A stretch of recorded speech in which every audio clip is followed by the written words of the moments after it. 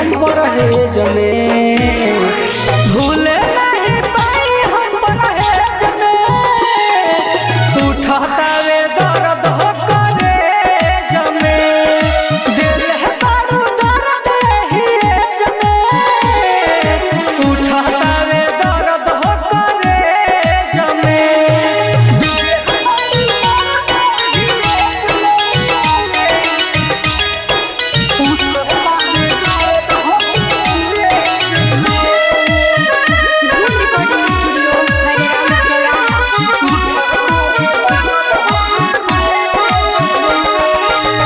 न लागे खाना और पीना हो,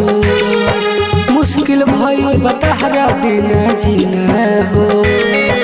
नीक न लागे खाना और पीना हो, मुश्किल भइल बतहरा बिना जीना हो, जननी नहीं करबू ऐसे घात हो, तोड़ी दिहलो दिल बदहल बात हो, लागता कि गइलू दोसरा रेंज में, लागता कि गइलू दोसरा रेंज में, उठाता वे दर्द हो करेज में, दिल है बारू दर्द ही जमे, उठाता वे दर्द हो करेज में,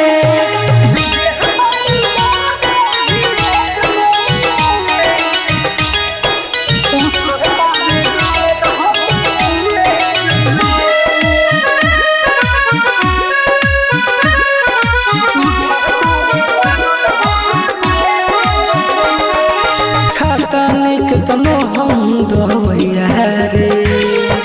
दर्द नहीं जाता सुनहर जया रे,